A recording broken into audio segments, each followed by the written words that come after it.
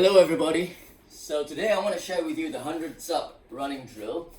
And I believe it was popularized by Ken Mierke and another barefoot running coach whose name I can't recall right now. But in any case, there are 3 phases to this exercise. And phase 3, sometimes people skip phase 1 and 2 and go to phase 3, but they often are not doing the exercise correctly. So unless you master phase 1 and 2, I do not suggest you jump straight to phase 3.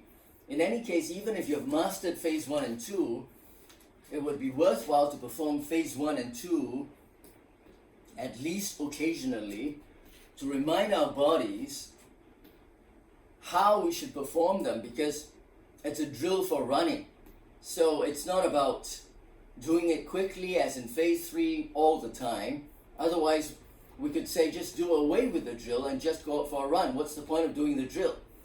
So the drill strengthens our posture, our running posture, and allows us to execute critical elements in the running gait more efficiently, namely the knee lift. So it starts off like this. You're supposed to do 50 on each side, but believe me, just starting with like 10 on each side, okay, and then progressing, say, every few days or every week, you add another 5 to 10 reps until you reach 50 on each side. I used to perform 100 on each side, so it's entirely up to you.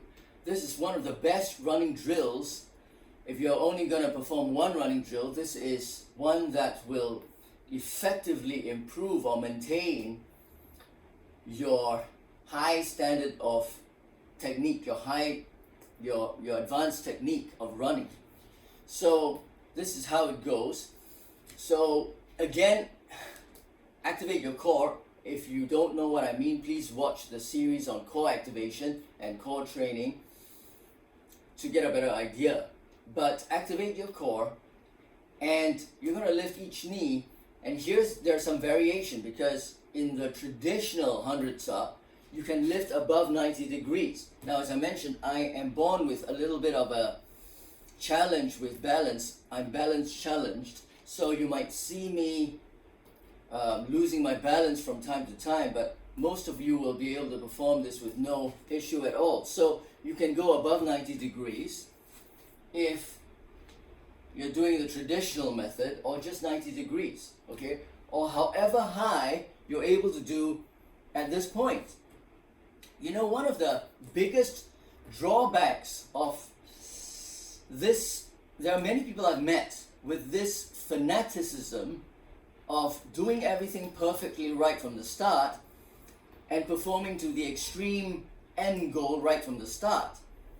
And they don't understand this principle of progression, which we will also talk about in an episode dedicated to the principle of progression, because it's a very simple principle, but a lot of people think that, well, when I say a lot of people, I'm not talking about everywhere in the world, but from where I am, there are a lot of people who go to the extreme of just pushing themselves without proper progress from the initial stage or the initial state condition that they are at right now.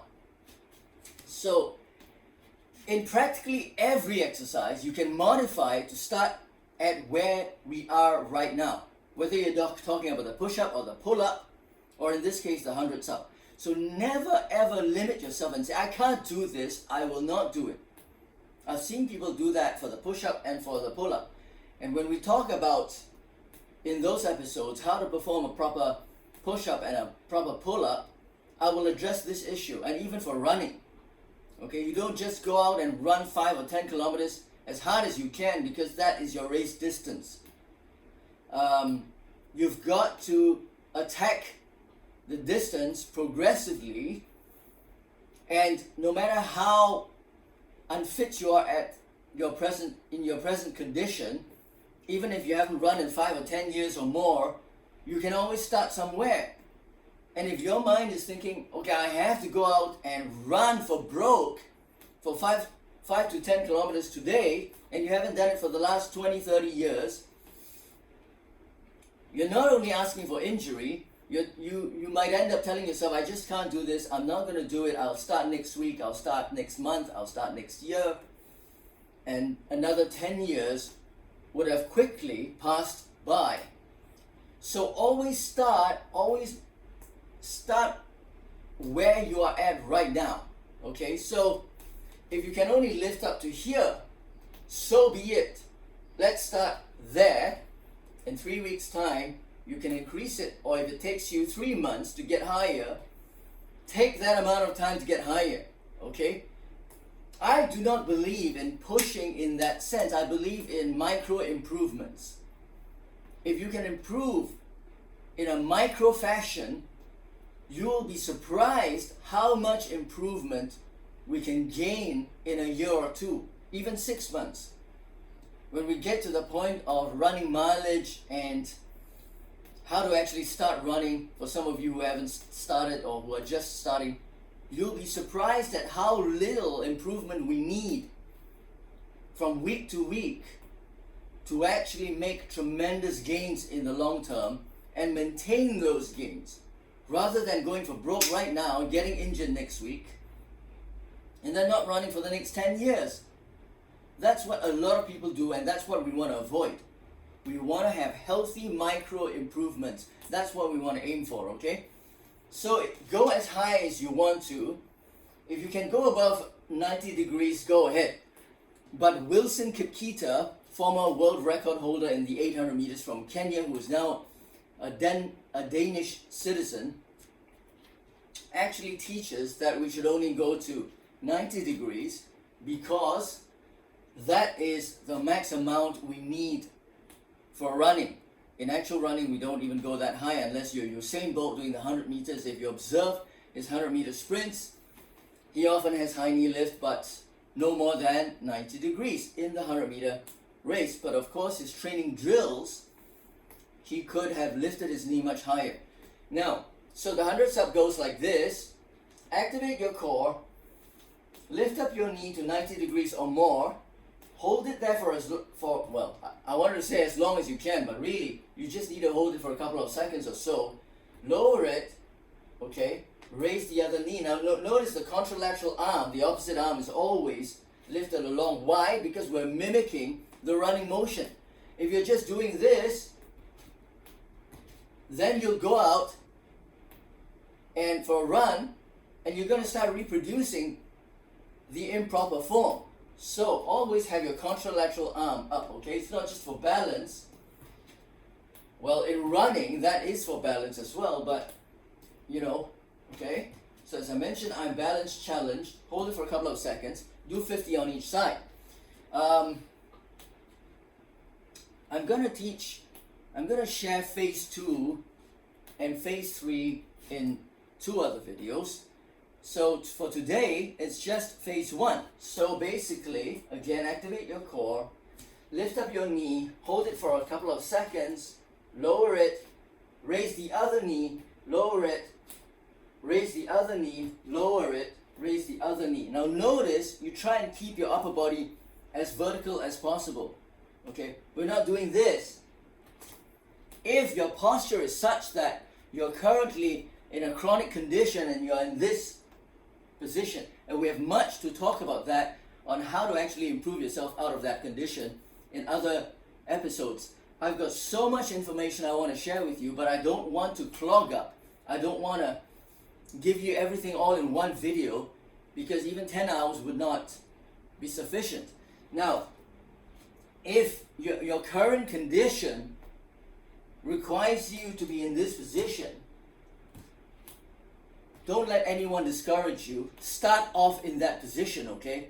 You might want to do it privately, in your own privacy, so that you won't have some up-and-coming running coach telling you you're doing it wrong. We know that that's not the ultimate goal. You don't want to be doing it in this position or in this position, right? But we've got to start somewhere, and the principle of progression means that we start where we are at right now. So if your posture is such, you have a spinal condition, and you're currently like this, then do start in that condition, okay? Or if you have to be extended in your spine, and you're doing like this, that's not our ultimate aim, but if that's what you need to do right now, please start in that position. But just know that your ultimate goal is to be vertical, and then a couple of seconds you lower it. In other words, you're transferring your body weight from one foot to the other.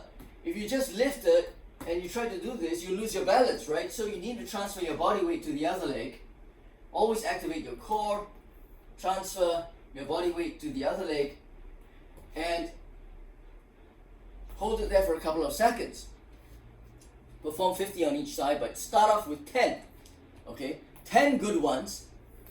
Every 2-3 weeks, add another 5 to 10 until you reach 50 on each leg, or as I used to perform them, 100 on each leg.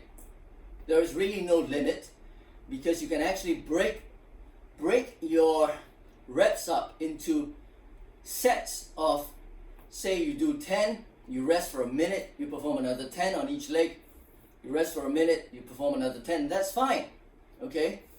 Because this is a form drill. We're not trying to fatigue your hip flexors, right? We're not trying to fatigue your core. This is a form drill. It does train the core in a functional manner for running. So I hope you enjoyed this video, and we'll see you again in the next video for phase 2.